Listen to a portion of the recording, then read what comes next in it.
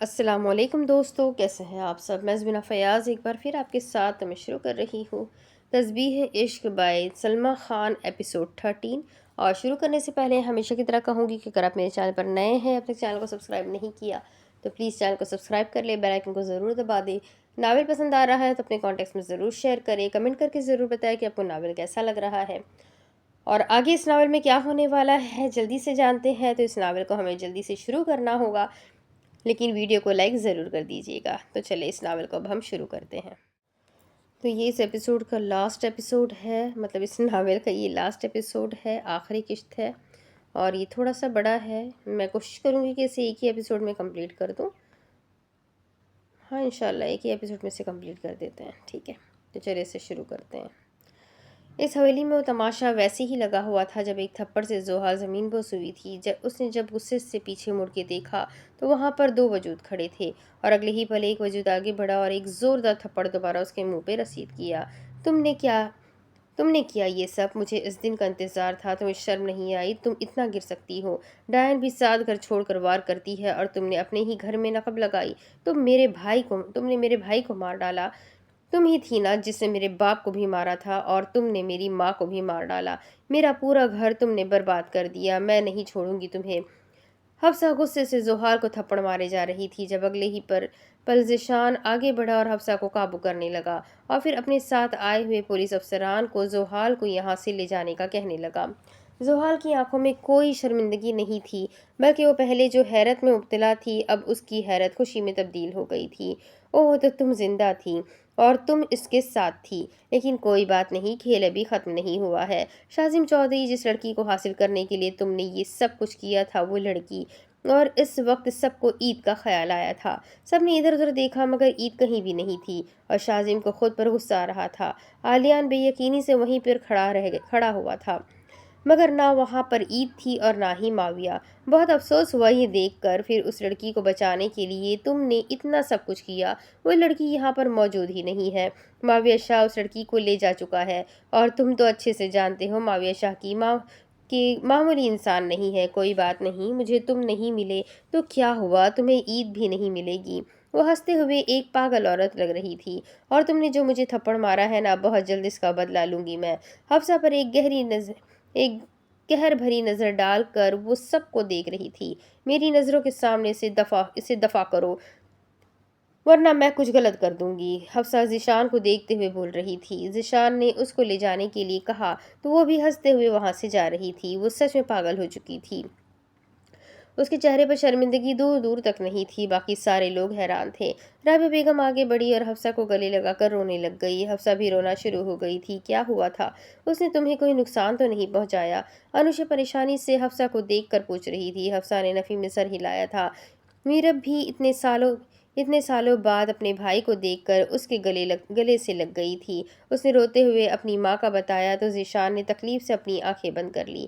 اس کو بھی اس کی ماں کے دید کے کچھ دن بعد ہی پتہ چلا تھا کہ اس کی ماں اس دنیا سے جا چکی ہے، اور پھر میرب کا گھر سے غائب ہونا۔ وہ بہت پریشان ہو گیا تھا، مگر پھر کچھ عرصے بعد اس نے حقیقت کا پتہ لگایا اور اسے یہ چیز پتہ چل گئی تھی کہ میرب خانزادہ حویلی میں رہ رہی ہے۔ عید اور منان دونوں ہی خانزادہ ایوب کے بھانجے اور بھانجی ہے، اور پھر اس کو تسلی تھی کہ اب اس کو کوئی خطرہ نہیں ہے کیونکہ وہ لوگ خود سے زیادہ اس کا خیال رکھیں گے۔ اور ایسا ہی ہوا تھا۔ ذیشان ایک سیکرٹ ایجنٹ تھا جس نے اپنی شناخت لوگوں سے چھپا کر رکھی تھی۔ اس کو اجازت نہیں تھی کہ وہ کسی کو اپنے بارے میں حقیقت بتاتا، یہاں تک کہ اس نے اپنے گھر والوں سے بھی یہ بات چھپا رکھی تھی۔ سب لوگوں کے مطابق وہ ایک معمولی سا انسان تھا، مگر وہ کافی خطرناک مجرموں کو سلاخوں کے پیچھے ڈال چکا تھا۔ اور پھر ایک دن ایسا آیا جب اسے عید کی بنی ہونے کا پتہ چلا۔ وہ خود سے ہی نظریں نہیں ملا پا رہا تھا۔ وہ اتنی صلاحیت رکھتا تھا کہ وہ عید کو بچا سکے، مگر اسے اجازت نہیں تھی۔ وہ چپ چاپ تماشائی بنا رہا، مگر اس نے نظر پوری رکھی ہوئی تھی۔ جب پتہ چلا کہ حویلی میں شاذم چودھری کی شادی ہے تو ایک پل کے لیے وہ حیران ہوا، مگر اس نے اپنے کچھ آدمیوں کو حویلی پہ نظر رکھنے کے لیے چھوڑ کر خود دوسری گاڑی کا پیچھا کیا تھا، کیونکہ جس گاڑی میں حفصہ اور زحال پارلر جا رہی تھی انہی کے ہی پیچھے ایک کالی گاڑی لگ گئی تھی۔ ذیشان کو کچھ شک ہو رہا تھا اور اس کا کام بھی یہی تھا، لوگوں پہ شک کرنا۔ اسے خطرے کی گھنٹیاں سنائی دینے لگی اور پھر وہ اس گاڑی کا پیچھا کر کے پائلٹ تک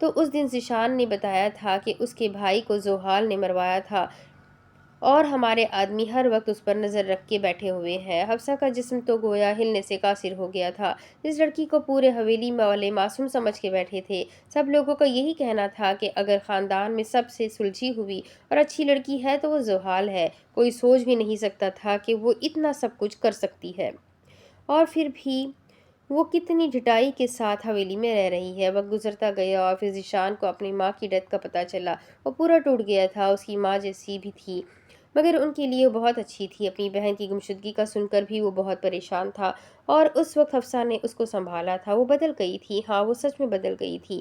سچی محبت انسان کو بدل دیتی ہے۔ اس کو طاقت کا نشہ تھا جب وہ اتراتا تھا تو محبت کا نشہ تھا۔ طاقت کا نشہ تھا جب وہ اترا تھا تو محبت کا نشہ چڑھا تھا۔ ذیشان نے اس کا اس وقت ساتھ دیا تھا جب اس کی جان کو خطرہ تھا، اور حفصہ نے ذیشان کا تب ساتھ دیا تھا جب وہ ٹوٹ گیا تھا۔ ایسا نہیں تھا کہ ذیشان کوئی معمولی شکل و صورت کا مالک تھا۔ وہ بلا شبہ دکھنے میں بہت حسین اور ایک پرکشش مرد تھا۔ وہ کسی بھی لڑکی کا خواب ہو سکتا تھا۔ وہ لوگوں کی نظر میں ایک معمولی انسان تھا، مگر حقیقت میں وہ کوئی معمولی انسان نہیں بلکہ ایک سیکریٹ ایجنٹ تھا، اور ایک اچھے خاصے پراپرٹی رکھنے والا انسان تھا۔ اس کے پاس کسی چیز کی کوئی کمی نہیں تھی، مگر حفصہ کو اب ان چیزوں سے فرق نہیں پڑتا تھا۔ اسے ذیشان کا ساتھ چاہیے تھا، اور پھر اس نے فیصلہ کر لیا کہ وہ اپنے جذبات ذیشان کے سامنے ظاہر کر کے رہے گی۔ اس نے جب ذیشان سے اپنی محبت کا اظہار کیا تھا تو وہ پہلے تو حیران ہوا اور پھر کچھ سوچتے ہوئے مان گیا تھا، کیونکہ یہ لڑکی جو پہلی نظر میں اس سے بہت اکڑ اور غرور والی لگ رہی تھی، حقیقت میں وہ دل کی بہت صاف تھی۔ ہاں، اس کی آنکھوں پر دولت کی پٹی تھی، جب اتری تھی تو وہ بالکل الگ انسان بن کے سامنے آئی تھی۔ اور پھر ذیشان نے حفصہ سے شادی کر لی۔ وہ چاہتا تھا کہ شادی میں اس کی بہن، اس کے اپنے گھر والے شامل ہو، مگر افسوس ایسا کچھ بھی نہیں ہو پایا۔ ان دونوں کے دن بہت اچھے گزر رہے تھے جب ایک اور خبر ان کے اوپر بجلی کی طرح گری تھی۔ چودھری سیف اللہ کی موت۔ سب لوگ حیران تھے کہ اچانک کیسے موت ہو گئی ہے، مگر سب لوگوں کو یقین آ گیا تھا کہ وہ موت فطری ہے۔ حفصہ اور ذیشان اس بات پہ یقین کرنے کو تیار نہیں تھے۔ حفصہ نے فیصلہ کر لیا تھا کہ وہ حقیقت کا پتہ لگا کے رہے گی، اور پھر وہ چودھریوں کی حویلی میں ایک ملازمہ بن کے گئی تھی۔ یہ بات تب کی ہے جب چودھریوں کی حویلی میں اس ملازمہ کا قتل کیا گیا جو زحال کی حقیقت جانتی تھی۔ حفصہ جلدی سے بس حقیقت پتہ کر کے واپس آنا چاہتی تھی، اور پھر ایسا ہی ہوا تھا۔ حفصہ نے جب اپنے قدم اتنے عرصے بعد حویلی میں ڈالے تھے تو اس کی آنکھوں میں بے ساختہ آنسو بہنا شروع ہو گئے تھے۔ اسے وہ گھر ایک ویران محل لگ رہا تھا۔ جس گھر میں حسن مسکرانے کی آوازیں آتی تھی، آج وہ گھر ایک ویران محل کا منظر پیش کر رہا تھا۔ مگر حفصہ کو اپنے مقصد پہ کامیابی حاصل کرنی تھی۔ اس نے اپنا چہرہ بالکل کالا کر لیا تھا، جس سے اسے کوئی بھی پہچان نہیں پایا تھا۔ اس ملازمہ کی بیٹی جو اپنی ماں کی موت کے بعد بالکل ہی گھبرا گئی تھی، حفصہ نے اس کی اسی گھبراہٹ کا فائدہ اٹھایا۔ ایک رات جب سب لوگ سو رہے تھے، وہ اس ملازمہ کی بیٹی کے کمرے میں گئی تھی۔ وہ گھٹنوں میں سر دیے روئے جا رہی تھی۔ جب حفصہ اس کے قریب ہوئی اور اس کے ہاتھ پر اپنا ہاتھ رکھ دیا، وہ لڑکی پہلے تو اسے دیکھ کر ڈر گئی تھی، کیونکہ اس کا چہرہ اندھیرے میں بہت زیادہ کالا لگ رہا تھا۔ مگر حفصہ نے اسے یقین دلایا کہ اسے ڈرنے کی ضرورت نہیں ہے۔ دیکھو، تمہاری ماں کو مار دیا گیا، اور جس نے تمہاری ماں کو مارا ہے وہ تمہیں بھی مار ڈالے گی۔ میں اچھے سے جانتی ہوں تم حقیقت جانتی ہو، مگر تم بتا نہیں رہی ہو۔ اگر تم نے حقیقت نہیں بتائی تو ایک ایک کر کے سارے لوگ مارے جائیں گے۔ جو حقیقتیں بتا دو۔ حفصہ اسے سمجھاتی رہی، مگر وہ ماننے کو تیار ہی نہیں تھی۔ یعنی تم چاہتی ہو کہ تمہاری ماں کے قاتل سرے عام دنیا میں گھومے؟ تمہاری ماں جس نے تمہارے لیے اپنی پوری زندگی اس حویلی والوں کی خدمت کرنے میں گزار دی، آج جب وہ مری ہے تو تم کیا انصاف نہیں لینا چاہتی؟ میں تمہیں یقین دلاتی ہوں کہ تمہیں کچھ بھی نہیں ہوگا۔ تم حقیقت بتا دو۔ اپنی اس ماں کا سوچو جس نے تمہارے لیے اتنا سب کچھ کیا۔ وہ اسے نرمی سے سمجھانے لگی تو وہ لڑکی ایک پل کے لیے سوچ میں پڑ گئی۔ دیکھو، میں تمہیں یقین دلاتی ہوں تمہیں کچھ بھی نہیں ہوگا، تم مجھے حقیقت بتا سکتی ہو۔ اور پھر وہ لڑکی ایک ایک کر کے سب کچھ بتاتی گئی۔ حفصہ نے موبائل میں سب چیزیں ریکارڈ کر لی تھی، اور اس لڑکی کو اس بات کا یقین دلایا تھا کہ اسے کچھ بھی نہیں ہوگا۔ جب وہ ریکارڈنگ اس نے ذیشان کو بھیجی تھی تو وہ سن کر بھی حیران ہو گیا تھا، اور اسی رات حفصہ اس حویلی سے نکل گئی تھی۔ اب ان کے پاس زحال کے خلاف ثبوت تھے، مگر جو گھٹیا الزام اس نے شاذم پر لگایا تھا، ان کو وہ انسان بھی ختم کرنا تھا۔ اور ایک بار پھر حفصہ نے اپنی جان داؤ پہ لگا کر اس حویلی میں دوبارہ قدم رکھا تھا۔ زحال جو ڈاکٹر کے پاس گئی ہوئی تھی، حفصہ سب سے پیچھے چھپتے ہوئے اس کے کمرے میں گئی اور وہاں پر اس نے کیمرہ لگا دیا تھا جو 24 گھنٹے آن رہتا تھا۔ زحال اپنے کمرے میں آ کر اپنی چیزوں کو تہز نہز کر دیتی تھی اور کبھی کبھی غصے میں آ کر اپنے گناہوں کا اعتراف کر دیتی تھی۔ ان کے پاس ثبوت کافی تھے اور پھر انوشا اور زحال کے درمیان جو بھی باتیں ہوئی تھی وہ باتیں بھی ان کے پاس ریکارڈ تھی اور ذیشان نے ایک ان نون نمبر سے وہ ساری ریکارڈنگ شاذم کو بھیج دی تھی۔ شاذم کو جب وہ ریکارڈنگ ملی تو وہ دیکھ کر حیران ہو گیا اور پھر اس نمبر پر میسج کر کے پوچھنے لگا کہ آخر ہے کون جس نے یہ ریکارڈنگ اسے بھیجی ہے۔ ذیشان نے بس اتنا ہی کہا تھا کہ سمجھ لو اس کے انجام کا وقت بہت قریب ہے۔ ان کے پاس پورے ثبوت موجود تھے، مگر ایک حیران کرنے والی بات یہ تھی کہ انہوں نے ایک ریسٹورنٹ میں عید کو دیکھا تھا۔ حفصہ پہلی نظر میں ہی عید کو پہچان گئی تھی۔ ذیشان تو پہلے ہی اسے پہچان کر حیران بیٹھا تھا، مگر وہ معاویہ شاہ کے ساتھ تھی، وہی معاویہ شاہ جس کا کیس ذیشان کے ہاتھ میں دیا گیا تھا۔ معاویہ شاہ وہ انسان تھا جو کوئی بھی جرم کرنے کے بعد کوئی ثبوت نہیں چھوڑتا تھا اور سب لوگ کافی عرصے سے اس کے پیچھے تھے، مگر وہ بے قصور ثابت ہو جاتا تھا۔ مگر عید کا اس کے ساتھ ہونا یہ بہت بڑی حیرت کی بات تھی۔ آخر عید خطرناک انسان کے ساتھ کیا کر رہی تھی؟ اور پھر ان دونوں کا اگلا مشن تھا عید کے بارے میں پتہ لگانے کا۔ وہ دونوں ہی ایک دوسرے کا پورا ساتھ دے رہے تھے۔ ذیشان نے سوچا نہیں تھا کہ حفصہ اتنی ذہین ہوگی۔ بلا شبہ وہ جتنی دکھنے میں حسین تھی اس سے زیادہ اس کے اندر دماغ تھا۔ جب ان لوگوں نے پتہ لگایا تو یہی پتہ چلا کہ اس کی یادداشت چلی گئی ہے اور اسی یادداشت جانے کا فائدہ معاویہ شاہ نے اٹھایا تھا۔ مگر ایک دن سب کچھ بدل گیا اور وہ دن عید کی زندگی بدل چکا تھا۔ جب عید مال میں شاپنگ کرنے آئی ہوئی تھی تو اچانک سے وہاں پر بھگدڑ مچ گئی۔ سب لوگ ادھر ادھر جانے لگے۔ عید کو کافی عرصے سے یہ چیزیں محسوس ہو رہی تھی کہ جو زندگی وہ جی رہی ہے وہ پہلے اس زندگی سے ناواقف تھی، مگر وہ ہمیشہ خود کا وہم سمجھ کر اس بات کو جھٹک دیتی تھی۔ اور اس بھگدڑ کا فائدہ حفصہ اور ذیشان نے اٹھایا تھا۔ وہ لوگ حفصہ کو زبردستی اپنے ساتھ گاڑی میں لے کر اپنے گھر چلے گئے تھے۔ عید جو گھبرائی ہوئی تھی وہ کچھ بھی سمجھ نہیں پا رہی تھی۔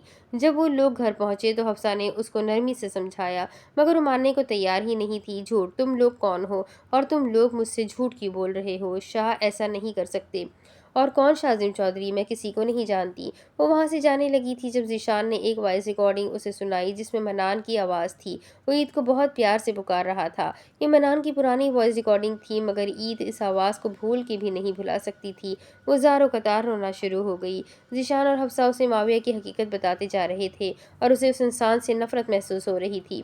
وہ گھر جا کر سیدھا اسے سب کچھ بتانا چاہتی تھی اور اس سے پوچھنا چاہتی تھی کہ اس نے اس کے ساتھ ایسا کیوں کیا، مگر حفصہ اور ذیشان کا یہی کہنا تھا کہ ابھی ہمیں صبر سے کام لینا ہے۔ معاویہ کو اس شخص سے گن محسوس ہو رہی تھی، مگر اسے مجبوراً اسے برداشت کرنا تھا۔ اور پھر وہ ذیشان اور حفصہ کے رابطے میں تھی۔ ان لوگوں نے اسے وہیں مال میں چھوڑ دیا تھا اور وہ خود کو نارمل دکھانے کی کوشش کر رہی تھی۔ اگر وہ یکدم اپنا رویہ بدل دیتی تو معاویہ کو شک ہو سکتا تھا، کیونکہ وہ کوئی معمولی انسان نہیں تھا۔ وہ ہر چیز کو بہت باریکی سے محسوس کرتا تھا، اس لیے اسے کوئی ایسا موقع نہیں دینا چاہتی تھی جس سے اس سے شک ہو جائے۔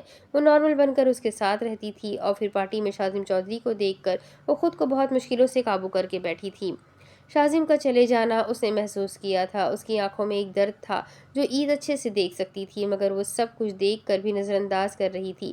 وہ کمرے میں آ کر بہت زیادہ روئی تھی۔ اسے پتہ چل گیا تھا کہ شاذم نے شادی نہیں کی تھی۔ اسے خود پہ غصہ آ رہا تھا کہ کاش وہ تھوڑی دیر اور رک جاتی تو آج سب کچھ صحیح ہوتا۔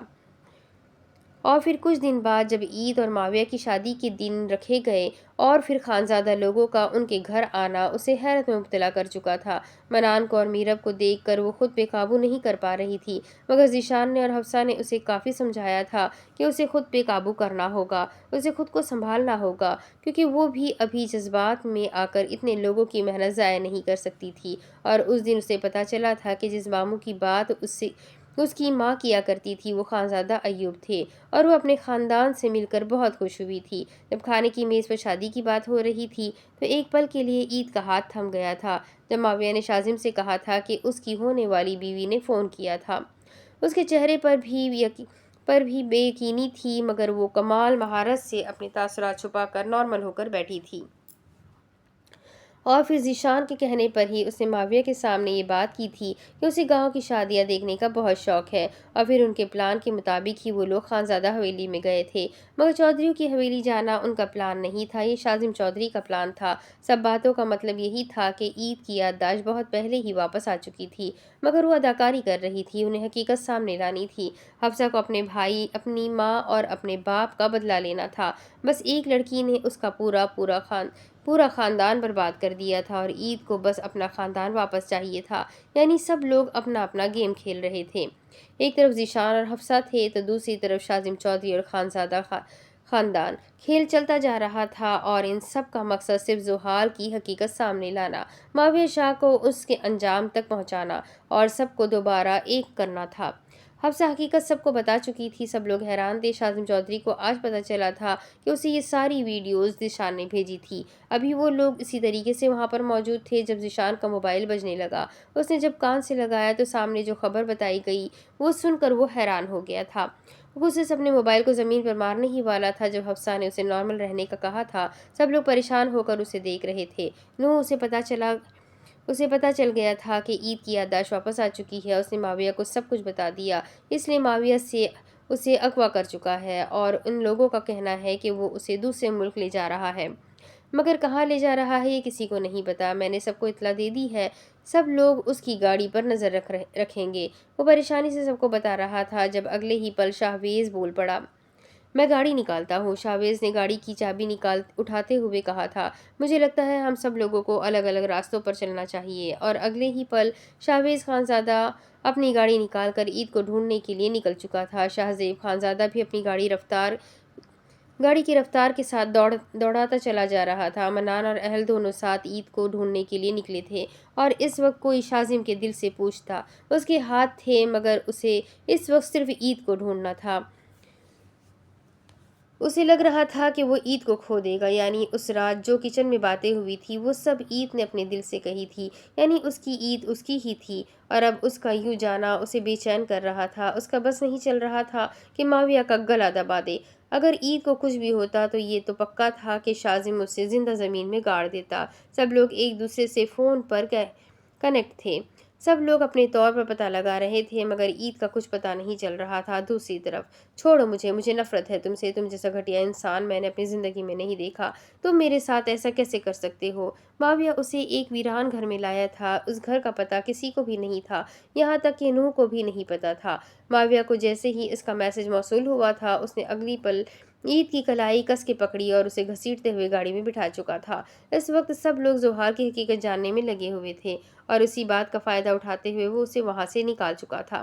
مگر گاڑی میں آتے ہی اس نے چیخنا چلانا شروع کر دیا تھا۔ بہت مشکل سے اس نے اسے سنبھال کر اس جگہ پر لایا تھا، مگر پچھلے آدھے گھنٹے سے وہ اس کو برا بھلا کہے جا رہی تھی، اور کوئی معاویہ کے دل سے پوچھتا کہ اس کے دل پر کیا گزر رہی تھی۔ جس لڑکی کے منہ سے وہ محبت کی باتیں سننے کا عادی تھا، آج اس کے منہ سے وہ نفرت بھرے الفاظ سن رہا تھا۔ مجھے نفرت ہے تم سے، بس چند الفاظ نے معاویہ کو اندر سے جھنجھوڑ دیا تھا۔ تم لوگوں کے لیے تو ویسے بھی لڑکیوں کو خریدنا اور بیچنا کوئی بڑی بات نہیں ہے، آخر تم مافیا کے ڈان ہو، تم تو ہر رات الگ الگ لڑکی کو اپنے بستر کی زینت بنا سکتے ہو، تو پھر میں ہی کیوں؟ تم نے میری یادداشت جانے کا فائدہ اٹھایا، میں تو سوچ بھی نہیں سکتی تھی تم اتنے گھٹیا نکلو گے، تم لوگ جسم کے بھوکے ہوتے ہو۔ وہ غصے سے اپنی زبان کا زہر اس پر انڈیل رہی تھی۔ جب اگلے پل معاویہ شاہ کا ہاتھ اٹھا تھا، اس نے پہلی بار اس پر ہاتھ اٹھایا تھا، وہ اس کی پاک محبت کو گویا گالی دے رہی تھی۔ یہ وہ برداشت نہیں کر سکتا تھا، وہ جانتا تھا کہ وہ اس سے نفرت کرتی ہے، مگر اس دل کا کیا کرتا؟ وہ یہ بھی جانتا تھا کہ اب وہ اور بھی نفرت کرے گی۔ ہاں وہ ایک غلط انسان ہے، مگر اس کے لیے وہ غلط انسان نہیں تھا، وہ ہزار گناہ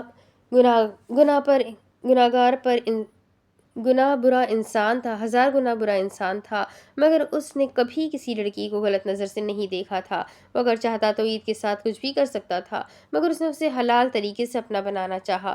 جتنے عرصے آئے تو اس کے ساتھ رہی تھی، اس نے عید پر کبھی کوئی بری نظر نہیں رکھی تھی۔ اس نے عید سے یہی کہا تھا کہ وہ اس سے نکاح کرنا چاہتا ہے، وہ اس کو اپنی شریک حیات بنانا چاہتا تھا، اور وہ اسے کیسے ایک ہوس پرست انسان کہہ سکتی تھی؟ اس نے ہر برا کام کیا تھا، مگر اس نے کبھی بھی لڑکیوں کو اسمگل کرنا یا پھر ان لوگوں کا ساتھ نہیں دیا تھا جو لوگ لڑکیوں کو فروخت کرتے ہیں۔ کیونکہ وہ خود بھی اپنی آنکھوں کے سامنے اپنی بہن کو فروخت ہوتے ہوئے دیکھ چکا تھا۔ ہاں، یہی حقیقت تھی۔ معاویہ شاہ جرم کی دنیا میں قدم رکھنے سے پہلے اپنی بہن کو سسکتے ہوئے، روتے ہوئے، تڑپتے ہوئے دیکھ چکا تھا۔ جب اس کی بہن کو اس کے سامنے فروخت کیا جا رہا تھا، اس نے یہ راز ہمیشہ اپنے دل میں دفن رکھا تھا۔ وہ نہیں چاہتا تھا کہ یہ بات کسی کو پتہ چلے، مگر آج عید کے ان الفاظوں نے اسے اندر تک ہلا دیا تھا۔ اس کی بہن روتی رہی، پیروں میں گڑ گڑاتی رہی، سب کو کہتی رہی، مگر ان لوگوں نے رحم نہیں کیا اور اسے فروخت کر دیا۔ اور پھر کچھ عرصے بعد اس کی لاش ایک کچرے سے ملی تھی۔ لاش کی حالت ایسی تھی کہ کوئی بتا بھی نہیں سکتا تھا کہ اسے کتنے درندوں نے نوچا ہوگا، اور اس دن کے بعد اس کے اندر ایک الگ انسان پیدا ہوا تھا۔ عید وہ تیسری عورت تھی جو اس کی زندگی میں آئی تھی۔ اس کی ماں اور بہن کے علاوہ اس کی زندگی میں کوئی عورت نہیں تھی، اور نہ اس نے سوچا تھا کہ وہ کسی عورت کو شامل کرے گا، مگر اس لڑکی نے اسے بدل دیا تھا۔ اور پہلی بار معاویہ کو لگا تھا کہ وہ بدل سکتا ہے۔ وہ اچھے سے ایک چیز جانتا تھا کہ جس دلدل میں اس نے قدم رکھ لیا ہے، وہاں سے وہ نہیں نکل سکتا، کیونکہ یہ دنیا ایسی ہے۔ یہاں انسان اپنی مرضی سے آتا ہے مگر نکلتا اپنی مرضی سے نہیں ہے، بلکہ اسے موت نکالتی ہے۔ مگر اس نے عید کے ساتھ اپنی زندگی سوچی تھی۔ اس نے سوچا تھا کہ وہ عید کے لیے سب کچھ تبدیل کر دے گا۔ وہ پیچھے ہٹ رہا تھا۔ ہاں، وہ معاویہ شاہ یہ لوگوں کے لیے دہشت کا دوسرا نام تھا۔ وہ اس دنیا کو آہستہ آہستہ چھوڑ رہا تھا، مگر کیا ہو گیا تھا؟ سب کچھ خراب ہو گیا تھا۔ وہ تو سوچ بھی نہیں سکتا تھا کہ یہ سب کچھ ہو جائے گا، اور جس لڑکی سے وہ اتنی محبت کرتا تھا، آج وہ لڑکی اسے ایک گھٹیا انسان اور ایک جسم پر مرنے والا انسان کہہ رہی تھی۔ معاویہ وہاں پر نہیں کھڑا رہ سکا، بلکہ وہاں سے باہر نکل گیا۔ اسے ڈر تھا کہ وہ اور یہاں پر اگر موجود ہوا تو اس کے اندر جو تھوڑی سی جان بچی ہے وہ بھی عید کے الفاظ نکال دے گی۔ وہ لمبے قدم بھرتے ہوئے کمرے سے نکل چکا تھا۔ پیچھے عید روتی رہی، سسکتی رہی۔ وہ سب کو پکار رہی تھی۔ وہ شازم کو پکار رہی تھی، وہ منان کو پکار رہی تھی، وہ سب لوگوں کو پکار رہی تھی، مگر اسے لگ رہا تھا کہ کوئی اسے بچانے نہیں آئے گا۔ اسے لگ رہا تھا کہ اسے موت ہی معاویہ شاہ کی قید سے نکال سکتی ہے۔ جس جگہ پر موجود ہے وہاں پر کوئی بھی نہیں آ سکتا۔ وہ سمجھ گئی تھی یا تو اس کا جنازہ یہاں سے نکلے گا یا تو وہ صحیح سلامت نکلے گی، مگر امید ختم ہوتی جا رہی تھی۔ عید اس بات سے انجان تھی کہ اسے بچانے کے لیے خانزادہ حویلی کے 3 لڑکے اور چودھریوں کے 2 لڑکے نکل چکے تھے۔ وہ لوگ اسے ڈھونڈ رہے تھے۔ ذیشان اپنے طور پر سارے لوگوں کو الرٹ کر چکا تھا۔ ہر طرف ناکہ بندی کر دی گئی تھی۔ ذیشان کو اتنے عرصے بعد معاویہ شاہ کو پکڑنے کا ایک موقع ملا تھا، کیونکہ معاویہ کے خلاف بھی اس کے پاس پختہ ثبوت تھے، اور سونے پہ سہاگا اس کے پاس انکاؤنٹر کے آرڈرز آ چکے تھے۔ اب یہاں تو معاویہ شاہ کو زندہ پکڑنا تھا یا پھر مار کر، مگر معاویہ شاہ کا مرنا پکا تھا، یہ بات تو سب لوگ جانتے تھے۔ عید کو اس کمرے میں گھٹی گھٹی سسکیاں پورے کمرے کو دہلا رہی تھی۔ وہ اس دن کو پچھتا رہی تھی جب وہ حویلی چھوڑ کر گئی تھی۔ اس نے کتنی مشکل سے اپنوں کو حاصل کیا تھا، اور جب اسے پتہ چلا تھا کہ شازم چودھری اتنے سالوں سے اس کو ڈھونڈ رہا تھا اور شازم اس سے محبت کرتا ہے، تو کوئی عید رحمان کے دل سے پوچھتا کہ اس کے دل پر جیسے کسی نے مرہم رکھ دیا ہو۔ شازم کے اس رات والے الفاظ نے اسے گویا اندر سے توڑ دیا تھا، مگر حقیقت سامنے آنے کے بعد وہ اپنے اندر شازم کے لیے اور محبت محسوس کر سکتی تھی، یا پھر شاید یہ نکاح کی طاقت تھی کہ دونوں کے درمیان اتنے عرصے سے فاصلے کے بعد بھی دونوں کی محبت کم نہیں ہوئی تھی۔ زندگی نے کیسے پلٹا کھایا تھا۔ وہ ایک معمولی سے گھر میں رہنے والی لڑکی جسے اس کی چچی ظلم کا نشانہ بناتی تھی، وہ اسی گاؤں کے سردار کے نکاح میں ونی ہو کر چلی گئی، اور پھر اسے اسی سردار سے محبت ہو جاتی ہے، مگر زندگی نے دونوں کو الگ کر دیا تھا۔ وہ ہمیشہ اپنی اوقات میں رہنے والی لڑکی تھی، مگر اللہ نے اسے اس کی اوقات سے بڑھ کر دیا تھا، اور پھر اچانک سے حقیقت سامنے آ جانا اور یہ پتہ چل جانا کہ وہ خانزادہ ایوب کی بھانجی ہے، یہ اس کے لیے حیران کر دینے والی بات تھی۔ آخر خانزادہ ایوب سے کون واقف نہیں تھا؟ چودھریوں سے زیادہ طاقتور خانزادہ لوگ تھے، اور وہ انہی کے ہی گھر کی لاڈلی بیٹی صدف خانزادہ کی بیٹی تھی۔ وہی صدف خانزادہ جس نے اپنی محبت کے لیے عیش و آرام چھوڑ دیا، مگر اپنی محبت کو نہیں چھوڑا۔ انہوں نے بھی کافی صبر کیا تھا، اسی لیے عید کے اندر ان کا صبر موجود تھا۔ تبھی تو وہ بھی اپنی ماں کی طرح سب چیزیں برداشت کرتی گئی، اور پھر اچانک سے مافیا کے ڈان سے ملاقات، اور پھر اس ڈان کو عید سے محبت ہو جانا۔ وہ تو سوچ بھی نہیں سکتی تھی کہ اس کی زندگی میں اتنا سب کچھ ہو جائے گا۔ آج اسے بس اس پل کا انتظار تھا جب شازم زحال کی حقیقت سب کے سامنے لا کر یہ بات بتائے گا کیوں بے قصور ہے کہ اس نے زحال کے ساتھ کچھ بھی غلط نہیں کیا تھا، اور پھر عید نے سوچ لیا تھا کہ وہ سب کو اپنی حقیقت بتا دے گی، مگر زندگی نے کیسا پلٹا کھا لیا تھا۔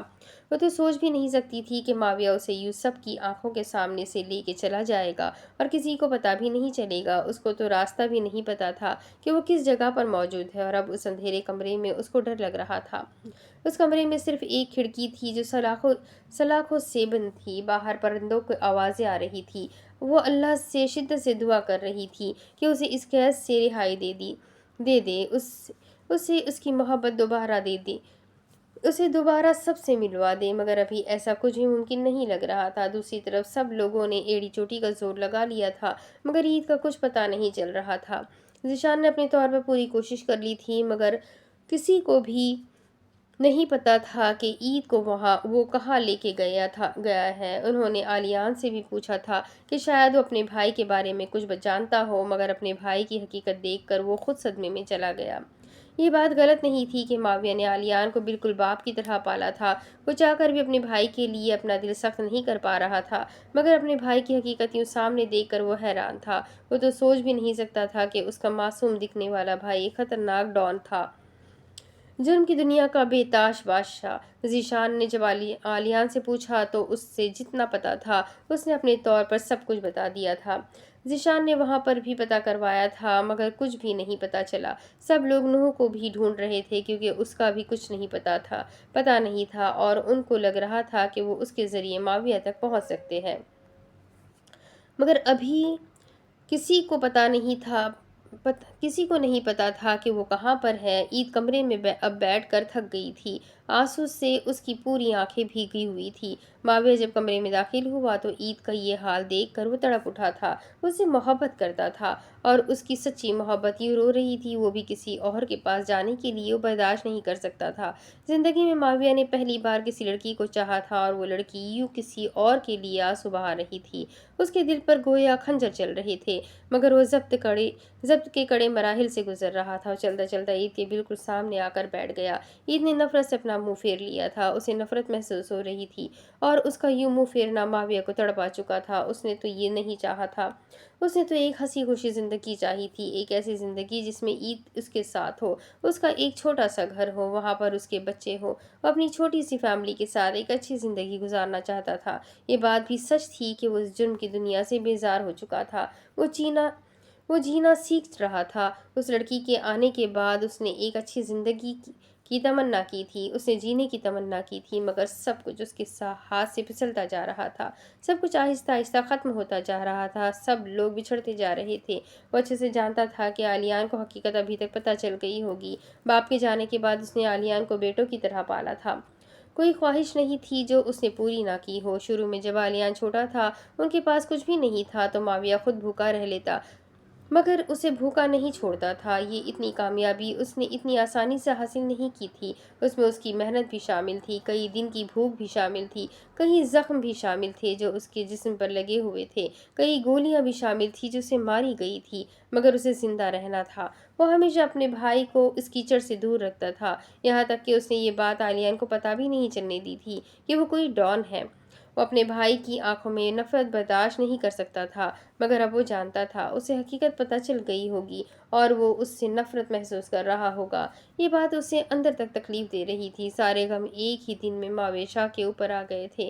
وہ برا انسان نہیں تھا، مگر دنیا والوں نے اسے برا بنا دیا، اور اب وہی دنیا اسے اپنانے کو تیار نہیں تھی۔ وہ یہ بھی جانتا تھا کہ پولیس اسے ڈھونڈ رہی ہے۔ ذیشان کے بارے میں وہ سب کچھ پہلے ہی پتہ لگا چکا تھا، اور وہ عید کا ہی کزن تھا، اور سب کچھ ہو جاتا تھا، مگر اسے ابھی بس عید کو سمجھانا تھا۔ وہ گھٹنوں کے بل اس کے سامنے بیٹھ کر ابھی کچھ بولنا شروع ہی ہوا تھا جب عید بول پڑی، کتنے گھٹیا انسان ہو تم، مجھے گھن محسوس ہو رہی ہے، کتنے لوگوں کا ناحق خون اپنے دامن میں لے کر تم چلتے ہو، تمہیں بوجھ محسوس نہیں ہوتا، کتنے لوگوں کی بد دعائیں لے کر اپنے ساتھ سوتے ہو، تمہیں سکون کی نیند آ جاتی ہے، کتنے لوگوں کا گھر برباد کر کے تمہاری زندگی اچھی گزر جاتی ہے، انتہائی نیچ گھٹیا انسان ہو تم۔ وہ دوبارہ اپنی زبان کا زہر اس کے اوپر انڈیل رہی تھی۔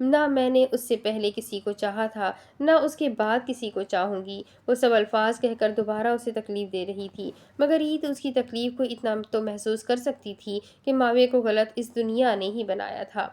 مگر وہ ابھی کچھ بھی کہہ کر اسے کوئی امید نہیں دینا چاہتی تھی، اس لیے اسی طریقے سے سخت بنی اس کے سامنے موجود تھی۔ معاویہ نے جب نظریں اٹھا کر اسے دیکھا تو اس کی نظروں میں ویسی ہی سختی اور نفرت تھی۔ اس کی آنکھوں میں کچھ تبدیل نہیں ہوا تھا اور یہ بات اسے اور تکلیف دے رہی تھی۔ تم بھول گئی کہ 4 سال تک میں نے تم سے کتنی محبت کی اور تم سب کچھ بھول گئی ہو۔ تمہیں بس اتنا یاد ہے کہ میں غلط انسان ہوں۔ اسی غلط انسان نے 4 سال تمہاری ہر خواہش پوری کی تھی۔ وہ اپنی بے بسی کے آخری حد تک پہنچ چکا تھا۔ تمہیں آج شاذم چودھری یاد آ گیا ہے، جس نے تمہیں دھتکار دیا، جس نے تمہیں اتنی تکلیفیں دی۔ تم نے اس کے سامنے اپنی محبت کی بھیک مانگی تھی اور اس نے تمہیں بے دردی سے نظر انداز کر دیا تھا اور تم اس کے لیے میری محبت کو ٹھکرا رہی ہو۔ میں غلط انسان نہیں تھا، اس دنیا نے ہی مجھے ایسا بنایا۔ یہ دنیا ہی ہمارے اندر کا اچھا انسان مار دیتی ہے اور پھر ہمارے اندر برائی جنم لیتی ہے۔ لیکن میں سب کچھ چھوڑ دوں گا تمہارے لیے، میں سب کو چھوڑ سکتا ہوں۔ ہم لوگ بہت دور چلے جائیں گے، جہاں پر تمہارے اور میرے سوا اور کوئی بھی نہیں ہوگا۔ میں تمہیں یقین دلاتا ہوں کہ میں تمہیں اتنی محبت دوں گا کہ تم سب کچھ بھول جاؤ گی۔ یقین کرو مجھ پہ، میں بہت محبت کرتا ہوں تم سے۔ تم بھولنے کی بات کرتی ہو، میں کیسے بھول جاؤ تمہیں؟ میں تو ایک پتھر دل انسان تھا، مگر تم نے مجھے ایک نرم انسان بنا دیا، اور اب جب میں تم سے عشق کرتا ہوں تو تم مجھے چھوڑ کر جا رہی ہو۔ تم میری زندگی میں پھر کیوں آئی تھی جب میرا ساتھ نہیں نبھا سکی؟ میں تمہیں نہیں لایا تھا، بلکہ تم خود میری زندگی میں آئی تھی، اور اب تم مجھے چھوڑ کر کیسے جا سکتی ہو عید؟ تمہیں ذرا ترس نہیں آ رہا مجھ پہ؟ میں آج تک کسی کے سامنے نہیں جھکا اور تمہارے سامنے گھٹنوں کے بل بیٹھ کر اپنی محبت کی دہائیاں تمہیں دے رہا ہوں۔ تمہیں یقین دلانے کی کوشش کر رہا ہوں کہ میری محبت سچی ہے اور تم سب باتوں کو نظر انداز کر رہی ہو۔ میں تمہارے لیے اس دنیا کو آگ لگا سکتا ہوں۔ تم مجھے نفرت سے آزماؤ، میں تمہیں اپنی محبت دکھاؤں گا، اور مجھے پورا یقین ہے کہ تمہیں میری محبت پہ یقین آ جائے گا کہ میں سچ میں تمہارے لیے ہر وہ کام کر سکتا ہوں جو کوئی اور نہیں کر سکتا۔ اور یہ جو جوڑا لگ پہن کر تیار ہو جاؤ، ابھی اسی وقت ہمارا نکاح ہوگا۔ وہ لال کلر کا جوڑا عید کی طرف بڑھاتا ہوا کہہ رہا تھا۔ عید نے بے یقینی کے ساتھ نفی میں سر ہلایا تھا۔ وہ ایسا نہیں کر سکتی تھی، وہ کسی اور کے نکاح میں تھی اور نکاح میں نکاح نہیں کر سکتی تھی۔ مگر معاویہ اپنا فیصلہ سنا چکا تھا۔ اگر تمہیں یہی مسئلہ ہے نا کہ تم کسی اور کے نکاح میں ہو، تو میں شازین کو مار ڈالتا ہوں، پھر تمہاری عدت مکمل ہونے کے بعد ہم نکاح کر لیں گے۔ اس نے اتنی آسانی سے الفاظ کہے تھے کہ عید کا دل کانپ اٹھا۔ تم ایسا کچھ بھی نہیں کرو گے، وہ گھرا کر بولی تھی تو معاویہ نے ایک طنز یا مسکراہٹ اس کی طرف بڑھائی تھی، مگر اس مسکراہٹ میں ایک درد بھی شامل تھا۔ شازم پہ بات آئی تو وہ ایک بھوکی شیرنی کی طرح جھپٹ پڑی تھی، اور اگر اس وقت معاویہ کو کوئی مار ڈالتا تو اسے ذرا افسوس نہیں ہوتا۔ اس نے مزید کچھ نہیں کہا اور کمرے سے جا چکا تھا۔ عید اچھے سے جانتی تھی کہ وہ اپنا فیصلہ سنا کر گیا ہے اور وہ کسی صورت اپنے فیصلے سے پیچھے نہیں ہٹے گا۔ عید نے بے بسی سے دروازے کو بند ہوتے ہوئے دیکھا تھا، مگر وہ سوائے انتظار کے کچھ بھی نہیں کر سکتی تھی۔ دوسری طرف حویلی کا منظر بالکل ہی تبدیل ہو چکا تھا۔ جہاں کچھ دیر پہلے شادی کا ماحول تھا، ابھی سب کچھ تبدیل ہو چکا تھا۔ سب لوگوں کو عید کی فکر تھی اور عید کا کچھ پتہ نہیں چل رہا تھا۔ سب لوگوں نے اپنے طور پر پوری کوشش کر لی تھی، مگر کسی کو بھی معاویہ کا کچھ بھی نہیں پتہ چل رہا تھا۔ مگر مفرح افسوس سے عالیان کو دیکھ رہی تھی۔ جب سے اسے معاویہ کی حقیقت پتہ چلی تھی، وہ صوفے پر سر جھکائے بیٹھا تھا، جیسے وہ کسی سے نظریں ملانے کے قابل نہ رہا ہو۔ مفرح کو اس کے لیے بہت برا لگ رہا تھا۔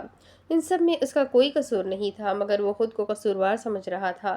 مفرح پانی کا گلاس لے کر اس کی طرف جانے لگی۔ اس کے قریب پہنچی تو ایک نرم آواز مجھ سے پکارنے لگی، سر پانی پی لیجیے۔ مفرح کی آواز پر اس نے یکدم اپنا سر اوپر اٹھایا تھا۔ مفرح کی آنکھوں میں ہمدردی تھی اور ساتھ میں پریشانی بھی تھی۔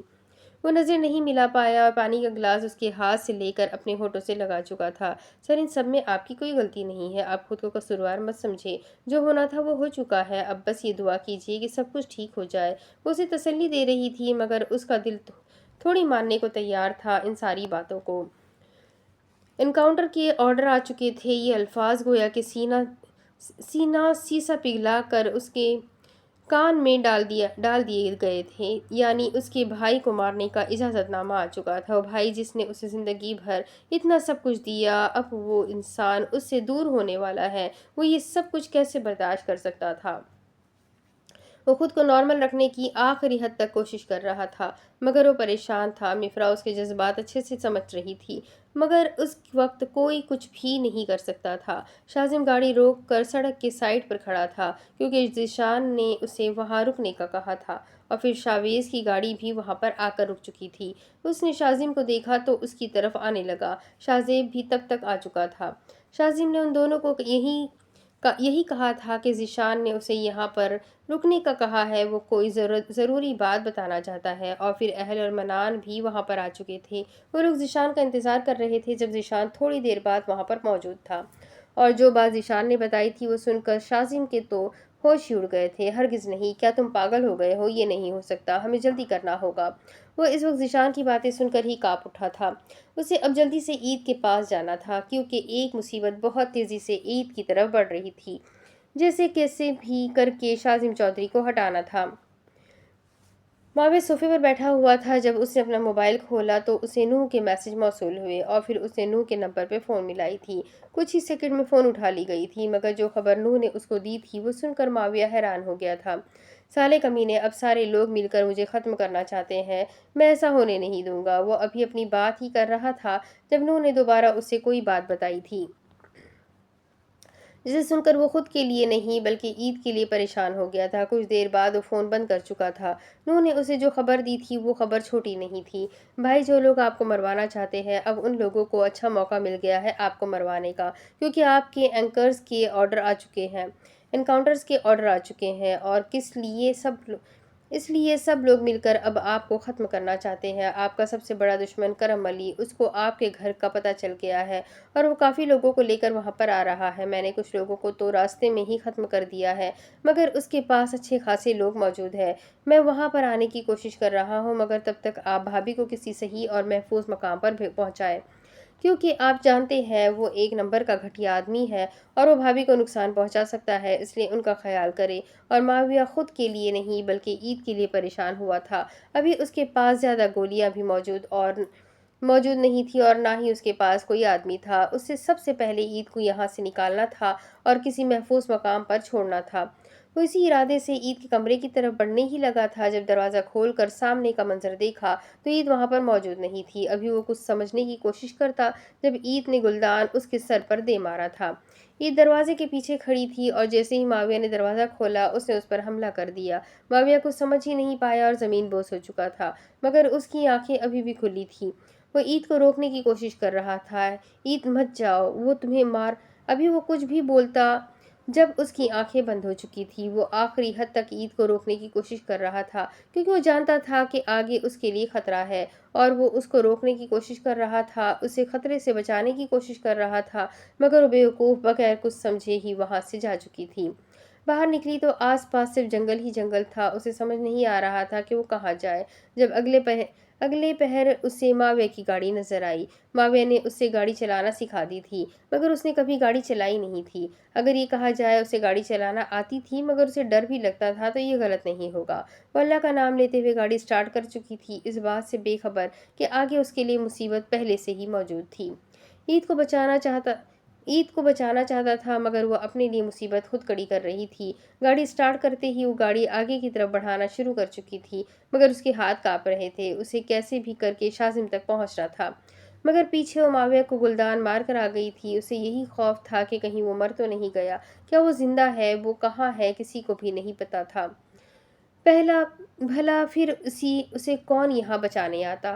وہ ہزار سوچوں میں گاڑی چلاتی جا رہی تھی جب کچھ گاڑیاں اسے اپنے قریب سے گزرتی ہوئی دکھائی دی۔ اتنا تو وہ جانتی تھی کہ سنسان جگہ کا کسی کو بھی علم نہیں تھا، پھر یہ گاڑیاں کس کی تھی؟ جب اچانک سے گاڑی میں بیٹھے افراد کی نظر اپنے برابر میں گزری ہوئی گاڑی پر پڑی تو ان لوگوں کی آنکھوں میں تجسس جاگ اٹھا تھا، اور پھر اس گاڑی کے پیچھے ایک گاڑی لگ گئی تھی۔ باقی کی 3 گاڑی اس گھر کی طرف روانہ ہو رہی تھی جس گھر میں معاویہ شاہ بے ہوش پڑا تھا۔ یہ ڈرتے ہوئے گھبراتے ہوئے گاڑی چلا رہی تھی۔ جب اس نے شیشے سے باہر دیکھا تو وہی گاڑیوں میں سے ایک گاڑی اس کا پیچھا کر رہی تھی، اور یہی بات اسے خوف میں مبتلا کر رہی تھی۔ وہ بار بار مڑ کر پیچھے دیکھ رہی تھی، صاف طور پر دیکھا جا سکتا تھا کہ وہ گاڑی اس کا پیچھا کر رہی ہے۔ اس نے خوف میں مزید اضافہ ہو گیا جب اس گاڑی سے کچھ افراد کے چلانے کی آواز اس کے کانوں تک پڑی تھی جو اسے گاڑی روکنے کا کہہ رہے تھے۔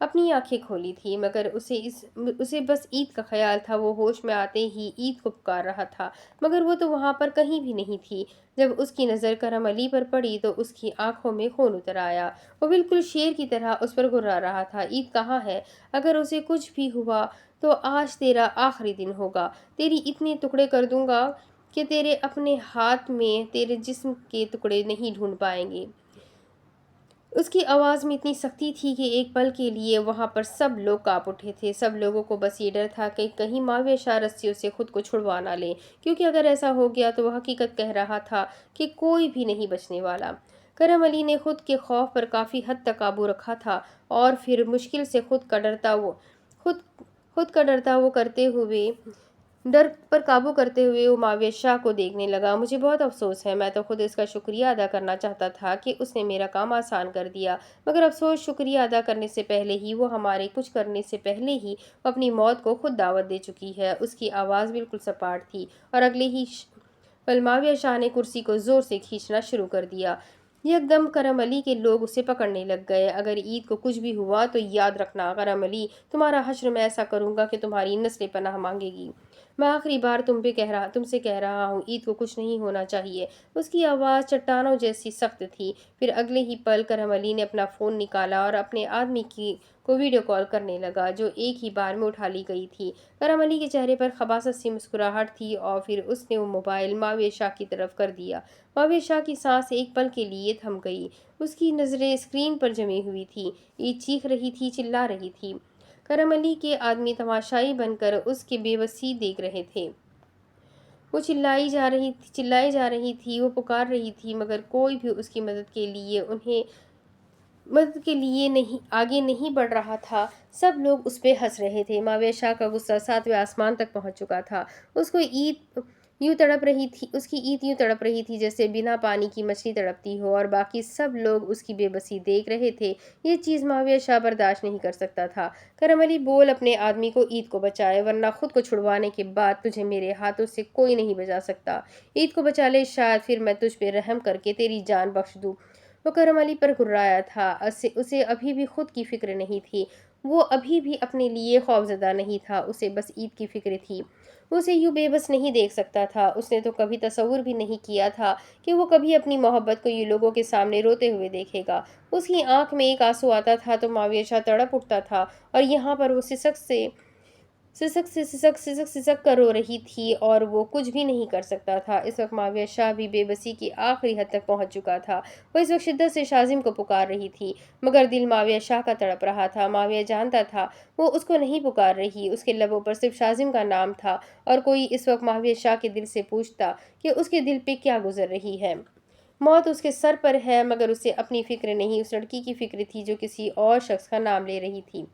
معاویہ شاہ نے عید کو کہا تھا کہ آدھا مر چکا ہوں، اور آدھی اسے عید کے الفاظ مار رہے تھے، اور ابھی معاویہ شاہ کو یہ محسوس ہو رہا تھا کہ وہ آہستہ آہستہ ختم ہوتا جا رہا ہے۔ وہ جانتا تھا عید اس کی نہیں ہے، مگر وہ اپنے اس دل کا کیا کرتا جو اس لڑکی کے لیے شدت سے دھڑکتا تھا۔ وہ اس لڑکی کو اپنا بنانا چاہتا تھا، اور ایک حد تک وہ بنا بھی چکا تھا، مگر اب کیا؟ جس دن سے وہ ڈر رہا تھا وہ دن آ چکا تھا، اور اگلے ہی پل عید کی چیخیں بند ہو گئی۔ اس کی سانسیں رکنا شروع ہو گئی۔ وہ چلاتے ہوئے اسکرین کو دیکھ رہا تھا۔ کیا ہوا ہے؟ موبائل کیوں بند ہو گئی؟ وہ کرم علی کو دیکھتے ہوئے چلا رہا تھا۔ وہ لگتا ہے کام ہو گیا ہے، بہت افسوس ہو رہا ہے، میں تو اس کو تڑپا کر مارنا چاہتا تھا، مگر وہ تو اتنا جلدی مر گئی۔ کرم علی چہرے پر افسوس سجائے اسے دیکھ کر کہہ رہا تھا۔ اسے لگ رہا تھا وہ عید کو کھو چکا ہے، وہ اپنے جنون کو کھو چکا تھا، وہ اپنے عشق کو کھو چکا تھا، اپنی محبت کو کھو چکا تھا۔ اسے لگ رہا تھا کہ آج وہ سب کچھ کھو چکا ہے۔ اس وقت وہ کوئی مردہ معلوم ہو رہا تھا، جس کے جسم سے کسی نے روح نکال لی ہو۔ اس نے کہا تھا کہ وہ عید کے بغیر مر جائے گا، اور ایسا ہی لگ رہا تھا کہ وہ مر گیا تھا، مگر شاید عید کی زندگی ابھی لکھی ہوئی تھی۔ جب اگلے ہی پل دوبارہ اسکرین روشن ہوئی اور اس اسکرین میں اسے عید دکھائی دی۔ وہ صحیح سلامت اس کے سامنے موجود تھی اور معاویہ شاہ کو لگا کہ اسے دوبارہ زندگی ملی تھی، مگر چند پل کی مہلت ملنے کے بعد جیسے دوبارہ کسی نے اسے موت دے دی تھی، کیونکہ عید کے ساتھ اور کوئی نہیں بلکہ شازم کھڑا تھا۔ اس نے عید کو اپنے سینے سے لگایا ہوا تھا۔ ابھی مزید کچھ ہوتا کہ اسکرین دوبارہ تاریکی میں ڈوب گئی اور اسکرین کے ساتھ معاویہ کا دل بھی ڈوب گیا تھا۔ یعنی کہانی کا اختتام ہو گیا تھا۔ معاویہ اور عید کی کہانی کا اختتام وہ شازم کے پاس تھی، وہ اس انسان کے پاس تھی جس سے وہ محبت کرتی تھی۔ کیا وہ اتنا برا تھا کہ عید رحمان اس سے محبت نہیں کر سکی؟ کیا وہ اتنا بدقسمت انسان تھا کہ اس کے نصیب میں کسی اور کی محبت نہیں تھی؟ اس کا کیا قصور تھا؟ اس نے ایک اچھی زندگی سوچی تھی، مگر زندگی نے اس سے سب کچھ لے لیا تھا۔ کرم علی کے چہرے پر طنزیہ مسکراہٹ تھی۔ کرم علی کو اطلاع مل چکی تھی کہ وہاں پر سب لوگ پہنچ چکے تھے اور انہوں نے عید کو بچا لیا اور کرم علی کے لوگ بھاگنے میں کامیاب ہو گئے۔ اب اسے جلدی سے معاویہ شاہ کا کام ختم کر کے یہاں سے نکلنا تھا۔ اس نے جب معاویہ شاہ کو دیکھا تو وہ کوئی حرکت نہیں کر رہا تھا، بلکہ وہ چپ چاپ بس سامنے دیکھ رہا تھا۔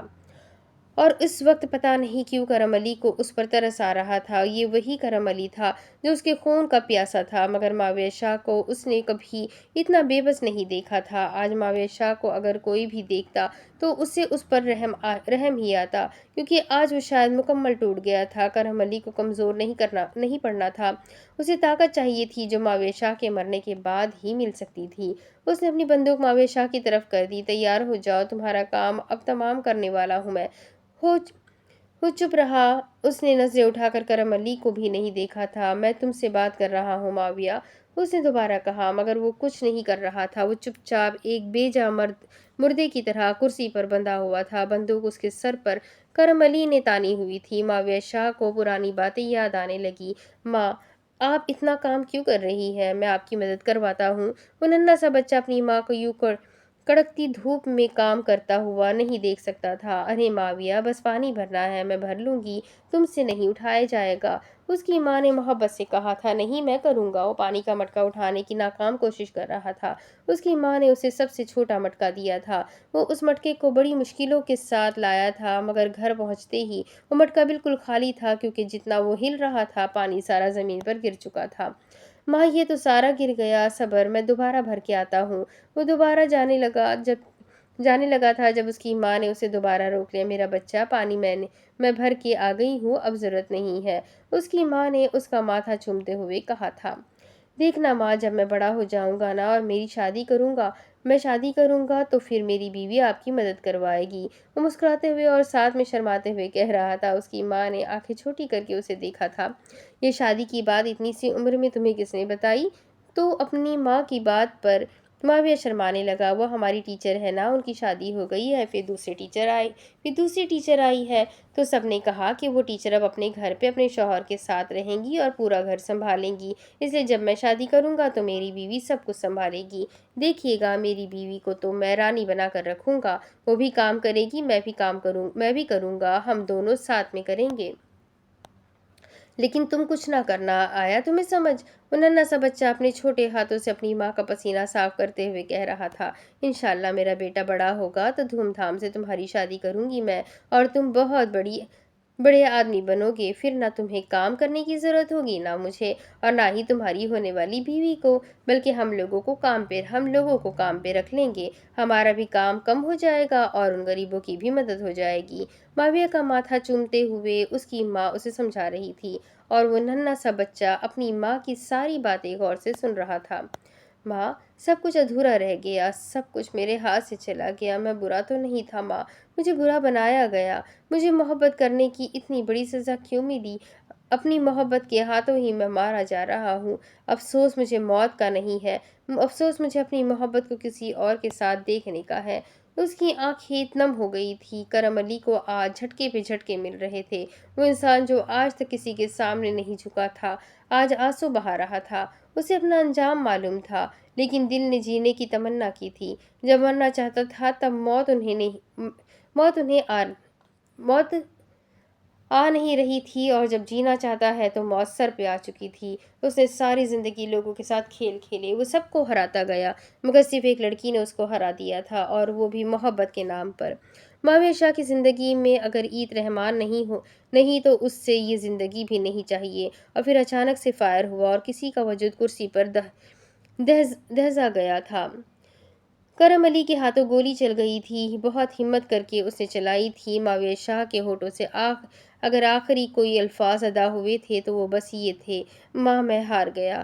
اور اس وقت وہاں پر سب کچھ ختم ہو گیا تھا۔ کرم علی اپنے آدمیوں کو لے کر وہاں سے نکلنے لگا، مگر جاتے جاتے اس نے اس گھر کو آگ لگا دی تھی، اور اس آگ کے ساتھ وہ ایک وجود بھی اندر ہی تھا جس نے اپنی ساری زندگی تکلیفوں میں گزاری تھی۔ جب اچھے وقت کی خواہش کی تو سب کچھ برباد ہو گیا۔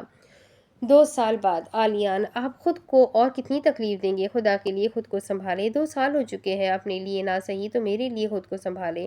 آپ کی پوری رات روتے ہوئے گزرتی ہے، اور آپ کو کیا لگتا ہے میں آپ کو روتے ہوئے دیکھ کر خوش ہوتی ہوں؟ مجھے تکلیف ہوتی ہے عالیان، نہ کرے اپنے ساتھ ایسا۔ مفرا اس کا ہاتھ تھامے اسے آج بھی سنبھالنے کی کوشش کر رہی تھی۔ وہ ہر روز بکھرتا تھا، ہر روز ٹوٹتا تھا، مگر مفرا اس کو سنبھال لیتی تھی۔ معاویہ کی موت نے اسے بالکل ہی ختم کر دیا تھا۔ وہ چاہ کر بھی اپنے بھائی کے لیے اپنے دل میں نفرت نہیں پیدا کر سکتا تھا۔ اس بھائی نے اس کے لیے بہت ساری قربانیاں دی تھی، اور وہ اپنے بھائی کو ان 2 سالوں میں بھی نہیں بھول پایا۔ اس کی اور مفرا کی شادی کو 1 سال ہو گیا تھا۔ معاویہ کے مرنے کے بعد وہ بالکل ٹوٹ گیا تھا، مگر سب نے محسوس کیا تھا کہ مفرا اس کے لیے پریشان ہے۔ اور پھر کچھ ہی عرصے بعد یہ بات پتہ چلی کہ مفرا عالیان کو پسند کرتی ہے، اور اس وقت سب کو عالیان کی فکر تھی کیونکہ وہ خود کو تکلیف دے رہا تھا۔ اس کو ایک سہارا چاہیے تھا، اور اس وقت سب کو مفرا سے بہتر اور کوئی نہیں لگ رہا تھا۔ جب مفرا کو شادی کے لیے کہا گیا تو وہ بھی بہت خوش ہو گئی تھی، اور عالیان دل سے اس رشتے کے لیے راضی تھا، مگر وہ خود کو قصوروار سمجھتا تھا۔ ان لوگوں کے ساتھ جو بھی کچھ ہوا تھا وہ اپنے بھائی کی وجہ سے خود کو بھی قصوروار سمجھ رہا تھا۔ معاویہ کی قبر کا کسی کو نہیں پتہ تھا، اس گھر کے ساتھ وہ بھی جل گیا تھا۔ جب وہاں پر معاویہ کی باڈی ڈھونڈنے کے لیے لوگ گئے تو سوائے معاویہ کی چیزوں کے علاوہ اور کچھ نہیں ملا، اور گھر ویسے بھی بہت زیادہ جل گیا تھا تو راکھ ہی مل سکتی تھی۔ ایک بھائی کے لیے سب سے زیادہ تکلیف بھرا لمحہ وہ تھا جب باپ سے بڑھ کر محبت کرنے والے شخص کو یوں راکھ کی صورت میں دیکھا ہو۔ شاذم کو جب عید ملی تھی تو عید پھوٹ پھوٹ کر رو رہی تھی۔ یہ وہی شخص تھا جس نے اسے ٹھکرایا تھا، مگر اب وہی شخص اسے سب سے زیادہ چاہتا تھا۔ وہ شاذم کی محبت پا کر مکمل ہو چکی تھی۔ حفصہ نے جو بھی ظلم عید پر کیے تھے وہ پہلے بھی معافی مانگ چکی تھی، اور اب بھی اس نے سب کے سامنے اس سے معافی مانگی تھی۔ ان 2 سالوں میں ان کا رشتہ اور مضبوط ہو چکا تھا۔ زحال کو 1.5 سال پہلے پھانسی مل چکی تھی، اور افسوس کی بات تو یہ تھی کہ جب اسے پھانسی مل رہی تھی وہ تب بھی ہنس رہی تھی۔ اسے تب بھی پچھتاوا نہیں تھا، اس نے اتنے سارے لوگوں کی زندگیاں برباد کر دی، اور ان 2 سالوں میں اللہ نے ان کو اپنی رحمت سے بھی نوازا تھا جس کا نام انہوں نے نور رکھا تھا۔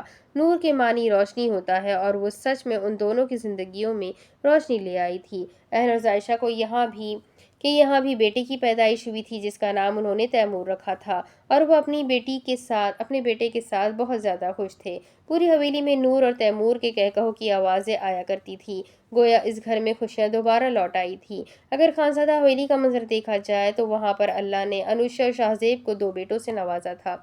انہوں نے اپنے بڑے بیٹے کا نام ایموشمان خانزادہ رکھا تھا، اور دوسرے کا نام انہوں نے ابیان خانزادہ رکھا تھا۔ انوشے زیادہ ایموشمان کے قریب تھی تو شاہزیب زیادہ ابیان کے قریب تھا۔ بس اس بیچاری کی زندگی پہلے تو صرف انوشے نے خراب کی ہوئی تھی، اب اس کے دونوں بچے بھی شامل تھے۔ منان اور تمنا کی یہاں ابھی کوئی اولاد نہیں تھی۔ انہوں نے کافی دعائیں مانگی تھی، مگر اللہ کو جو منظور ہو۔ بے شک مایوسی کفر ہوتی ہے، اس لیے وہ کبھی مایوس نہیں ہوئے تھے، اور ان کو پورا یقین تھا ایک دن اللہ ان پر ضرور کرم کرے گا، اور وہ دونوں بس اسی کرم کے انتظار میں تھے۔ حرم کے لیے شاہویز کے دوست کا رشتہ آیا تھا، اور پھر کچھ عرصے میں ہی انہوں نے شاہزیب کے دوست عدیل کے ساتھ حرم کو UK رخصت کر دیا تھا، کیونکہ وہ پاکستان میں نہیں رہتا تھا۔ یوں حمیرہ بیگم کی دونوں بیٹیاں اپنے گھروں میں خوش تھیں۔ انہیں پورا یقین تھا کہ اگر ان کی شادی شاہویز اور شاہزیب سے نہیں ہوئی تو ان کے نصیب میں کوئی بہترین لکھا ہوگا، اور ایسا ہی ہوا تھا۔ ان کو اہل کی صورت میں ایک اچھا اور شریف بچہ ملا تھا، اور دوسرا عدیل، وہ بھی بہت اچھا انسان تھا۔ انہیں اپنے اللہ پر یقین تھا، اور ان کا یقین صحیح ثابت ہوا تھا۔ زینب بیگم بھی اپنے بیٹوں کو خوش دیکھ کر بہت خوش تھی۔ کچھ ہی عرصے بعد شاہویز نے اپنے دل کی بات گھر والوں کے سامنے کھول کے رکھ دی تھی کہ وہ جس لڑکی کو پسند کرتا ہے وہ اور کوئی نہیں بلکہ میرب ہے۔ اور جب یہ بات میرب کو پتہ چلی تو اس کے تو گویا ہوش ہی اڑ گئے تھے۔ وہ تو سوچ بھی نہیں سکتی تھی کہ وہ کسی سردار کی پسند ہوگی، اور وہ بھی شاویز خانزادہ، جس کی تمنا ہر لڑکی کرتی تھی۔ اس نے 3-4 بار اپنے بھائی سے اس خبر کی تصدیق کی تھی، اور ہر بار حفصہ مسکراتے ہوئے اسے یقین دلاتی تھی کہ ذیشان جیسا کہہ رہا ہے بالکل ویسا ہی ہے۔ حفصہ بھی ذیشان کے ساتھ اسی کے ہی گھر پہ رہتی تھی، اور پھر انہوں نے خانزادہ حویلی کے ساتھ ایک گھر لے لیا تھا۔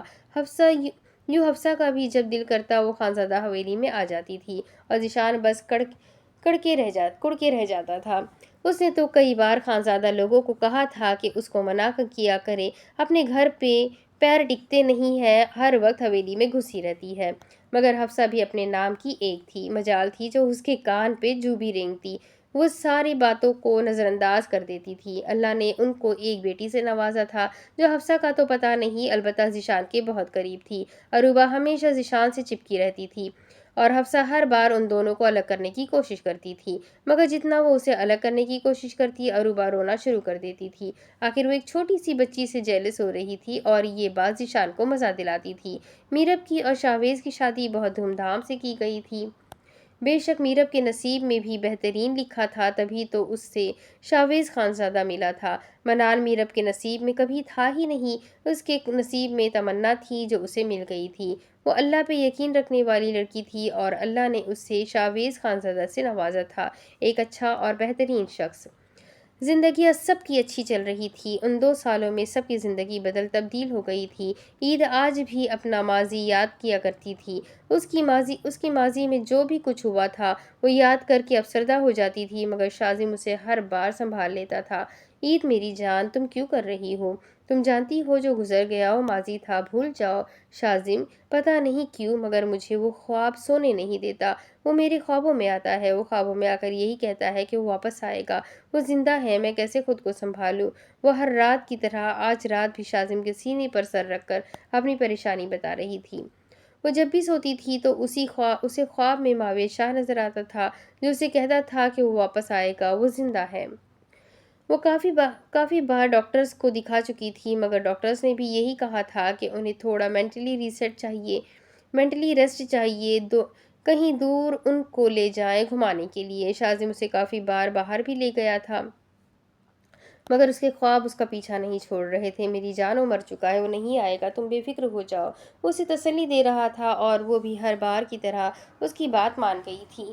لیکن ضروری تو نہیں ہے ہر سپنا جھوٹا ہو، ہر خواب بس خواب ہو، کچھ خواب حقیقت بھی ہوتے ہیں، اور وہ خواب سچا تھا یا نہیں یہ تو ایک شخص ہی بتا سکتا تھا۔ تم جانتے ہو، لوگوں نے کہا تھا کہ یہاں پہ کوئی زندہ نہیں رہ سکتا، مگر میں ہر وہ کام کر سکتا ہوں جو لوگوں کو لگتا ہے وہ ناممکن ہے۔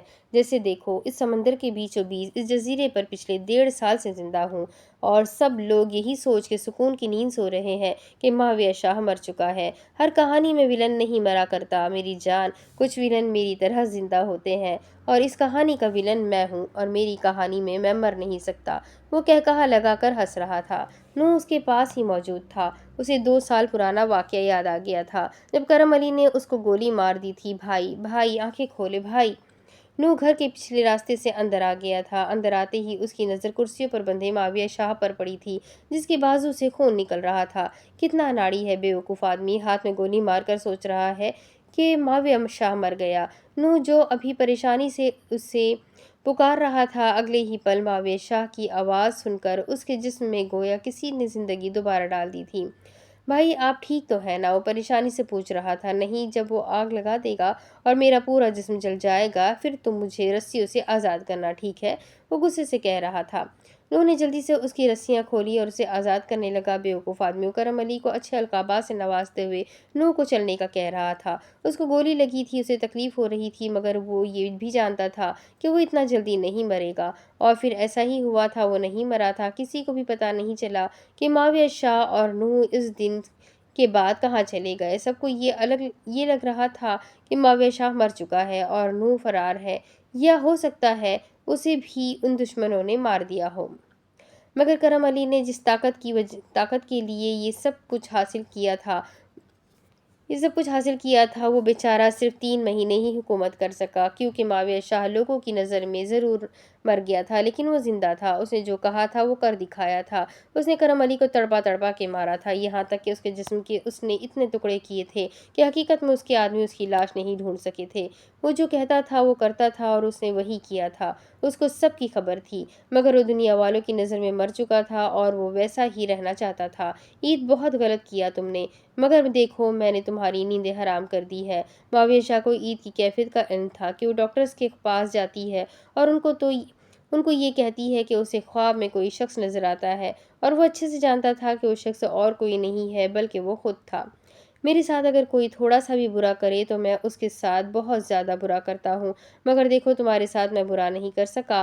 کیا کروں، دل میں محبت ابھی بھی کہیں نہ کہیں زندہ ہے، اور محبت کے ساتھ تمہاری بے چینی بھی تو دیکھنے جیسی ہے۔ وہ مسکراتے ہوئے پانی کو دیکھ رہا تھا۔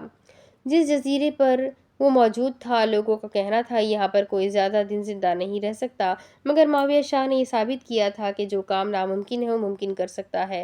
یہ سب کی زندگیاں مکمل ہو گئی تھی، سب لوگ اپنی زندگیوں میں خوش تھے اور کچھ لوگ مطمئن تھے۔ یہ لوگ سوچ کر کہ معاویہ شاہ مر چکا ہے، مگر صحیح کہا تھا، ہر کہانی میں ویلن نہیں مرتا، جیسے اس کہانی میں نہیں مرا تھا، اور بے شک عشق کی تسبیح میں بس محبوب یاد رہتا ہے، تبھی تو اسے تسبیح عشق کہا گیا ہے۔